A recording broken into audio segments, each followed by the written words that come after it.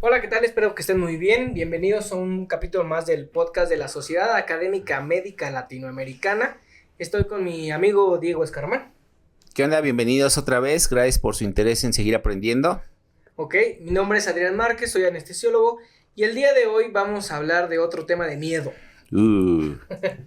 Hipertermia maligna. Hipertermia maligna. Afortunadamente algo raro, muy raro diría yo. Muy raro. Gracias a Dios.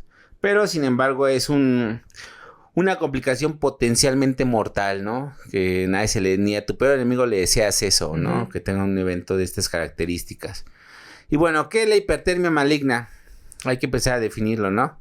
Al final de cuentas es un trastorno que tiene que ver genéticamente con una alteración en el músculo estriado, que está relacionado principalmente a los genes, amigo, el RIR1, el CAC-NIS y el STAC3. Es un poco raro estos genes, ¿no? ¿Por qué están relacionados estos genes? Porque estos genes codifican un transportador que se llama rianodin. ¿Y qué pasa? ¿Qué función tiene el rianodin? Hay que acordarnos un poquito con esto del metabolismo de calcio. Sabemos que en donde se alberga, en donde se guarda el calcio en términos intracelulares, pues es el retículo sarcoplasmático. Entonces, esta proteína de rianodin está fija en este retículo, en la membrana, y es un mecanismo de calcio libera calcio. ¿A qué me refiero? A que cuando llega un estímulo, el músculo se tiene que contraer, músculo ya sea cardíaco o músculo estriado normal, sale calcio del retículo sarcoplásmico para generar esta contracción, pero el rianodin se activa y genera más liberación de calcio. Por eso es calcio libera calcio. Y como el calcio es fundamental para el metabolismo y para la contracción y funcionamiento de este tipo de células, pues esta alteración provoca una activación excesiva e incontrolada de esto. Entonces el calcio se acumula súbitamente en el retículo sarcoplásmico y esto es lo que genera, por así decirlo, como el hipermetabolismo que vemos en la hipertermia maligna. Y eso también te explica, amigo, por qué la rigidez muscular que observamos en estos pacientes no revierte aún con bloqueadores neuromusculares. Uh-huh. Porque el problema no es la placa motora. El problema es que hay un buen de calcio, hay demasiado calcio en ese retículo sarcoplasmático que mantiene al paciente así. Uh-huh. Lo mantiene contracturado, por así decirlo, y entonces ese es un punto por el cual nosotros podemos pensar que nos estamos enfrentando a este problema, ¿no? Y que afortunadamente, como bien lo mencionábamos, es un caso muy raro. Yo creo que la incidencia es muy baja y mencionaste algo muy importante, los bloqueadores neuromusculares. Hay dos medicamentos o fármacos anestésicos que se relacionan con la hipertermia maligna. El primero es la succinilcolina. Claro. Y el segundo es los halogenados. Indudablemente aquí todos somos TIVA. Definitivamente. Efectivamente. Sí. Y hay que pensarlo para nosotros diagnosticarlo, porque desgraciadamente caemos, ¿no, amigo? O sea, es un diagnóstico por exclusión. Claro. Y en la urgencia hay que pensar rápido, o sea, hay que ir pensando paso por paso, descarto, ¿qué me queda? Y desgraciadamente pensamos normalmente pues en lo más frecuente, ¿no? Uh-huh. Como tú dices, es muy raro, la incidencia, gracias a Dios, es muy baja. Pues si no nos ponemos pilas, nos puede costar tiempo y el tiempo aquí es vital. Claro. Entonces, por eso siempre hay que tener esto en mente. Es diagnóstico por descarte y por eso te debemos de conocer a nuestros pacientes y la historia clínica es muy importante. Porque fíjate, algo interesante es que aquellos pacientes que hacen rhabdomiólisis por calor, o sea, que les da un choque térmico uh-huh. y se complican con rhabdomiólisis, hasta el 60% puede tener expresión de un gen relacionado a la hipertermia maligna. Okay, entonces, ese es un hack. Ajá. ¿Por qué? Porque es el niño que da choque de calor y que termina con lesión renal porque hizo rhabdomiólisis uh-huh. por calor. Aguas, porque ese niño puede tener hasta un 60% de chances de expresar el gen de hipertermia maligna. Ahora bien, clínicamente, ¿cómo se puede representar? Híjole, es un diagnóstico, es una presentación clínica muy vaga, ¿no? O sea, puede ser varias cosas, ¿no? Indudablemente, fiebre, hipertermia maligna. Uh-huh.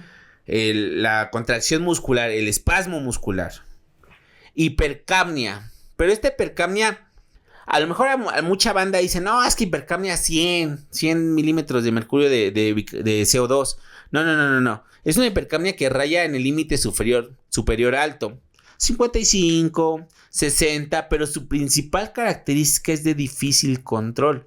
Y la mayoría de veces no la controlas ni con la frecuencia respiratoria ni con el volumen tidal. Sabemos que si tú aumentas la frecuencia respiratoria o el volumen o el volumen tidal, pues tú logras disminuir el CO2. En estos pacientes no, es muy difícil controlarla.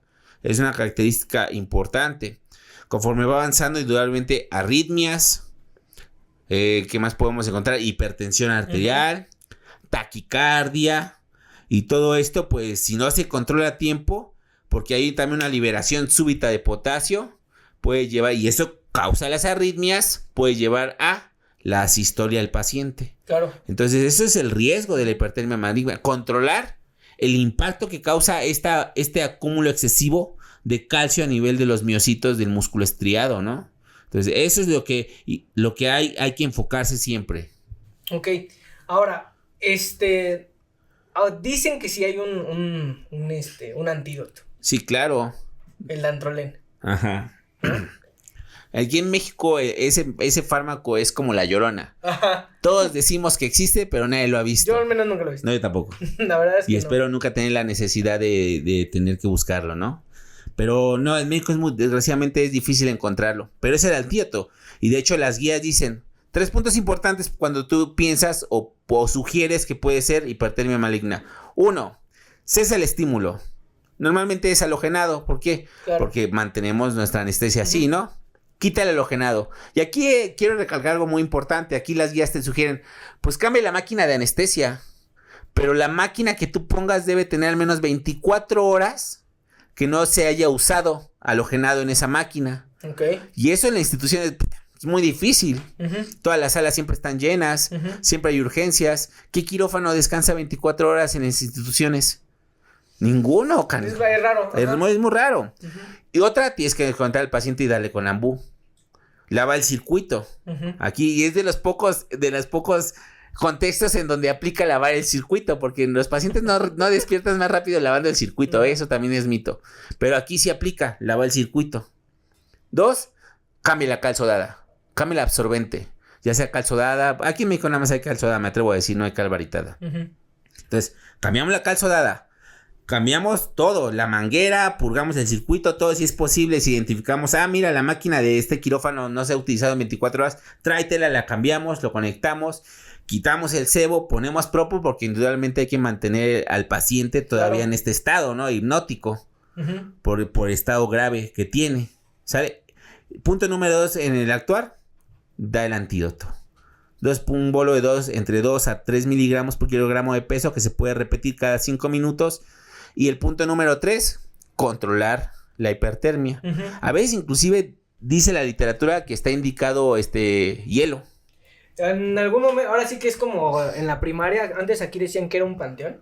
En mi residencia contaban que sí tuvieron un caso y que llegó a tal momento la temperatura corporal del paciente que llegaban, ponían el hielo y así automáticamente se convertía en líquido, ¿no? Sí, dice la literatura que es muy difícil de controlar la temperatura y eso te lleva, pues, la hipertermia es mala, ¿no? A inactivación enzimática, entonces, aguas con eso.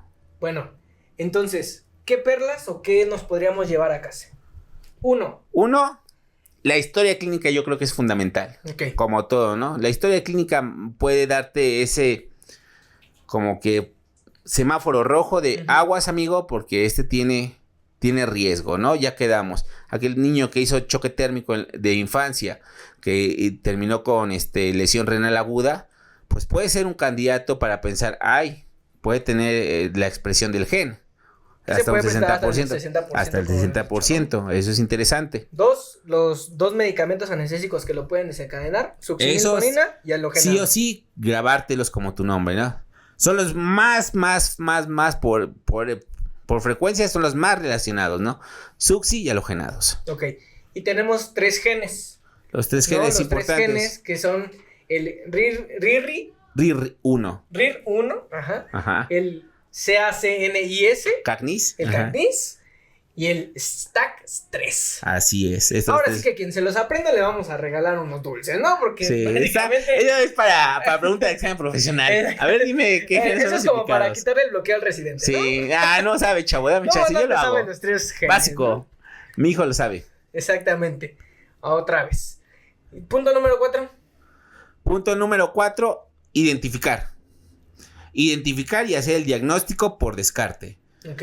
Cosas importantes, la hipercapnia no se controla fácilmente, de hecho es muy difícil controlarla, no llega a límites extremos, porque tal vez a veces la banda dice, no, es que no tiene hipercapnia porque tiene 58, 50, 49, 60, no, raya en el límite superior alto. No es tan exagerada como lo que podemos ver en el SDRA que llega a 100, pero es muy difícil controlarla, inclusive ajustando frecuencia respiratoria y volumen tiral, y es por el hipermetabolismo que vemos por el calcio. 3, indudablemente la clínica, la rigidez muscular. Si tú administras el antídoto de Antrolane y la rigidez mejora, agua pasa por mi casa, así es. Y ojo, si tú ya administraste más de 2 dosis, porque ya quedamos de 2 a 3 miligramos cada 5 minutos, si tú administraste más de dosis y no cesa la clínica, piensa en otra cosa. Ok. Es importante, piensa en otra cosa. Muy bien. Y eso se encuentran Dantrolene, ¿no? Y eso se encuentran Dantrolene, porque indudablemente el tratamiento en nuestro contexto es medidas de soporte. Claro. Y la fiebre de difícil control. Y obviamente todo lo que tiene que ver con laboratorios que vas a ver alterados, ¿no? Puede haber mioglobinas, creatinina alta, calcio, potasio alto, que es lo que causa, ya quedamos, ¿no? Las arritmias, y es de las principales causas de muerte en este contexto. Entonces, todo esto lo vas a ver alterado. Y ojo, porque al tener mioglobina alta, indudablemente el paciente puede evolucionar a una lesión renal aguda. Entonces, aquí los líquidos también son muy importantes. Muy bien. ¿Algún otro que quieras agregar, amigo? Dios nos libre de la hipertermia maligna, amigo. La verdad. Sí, a nadie se lo recomendamos. La verdad. No. Bueno, entonces damos por terminada esta plática. Sí, estas son perlas para ayudarnos a todos a nuestra mejor actividad y más segura, ¿no, amigo? Gracias por vernos, continúen estudiando y nos vemos la próxima por acá. Les dejamos las redes sociales de la Sociedad Académica en su pantalla, síganos, también les dejamos las redes sociales de Diego Escarramán y la mía también. Cuídense mucho y Dios nos libre de la hipertermia maligna. Bye.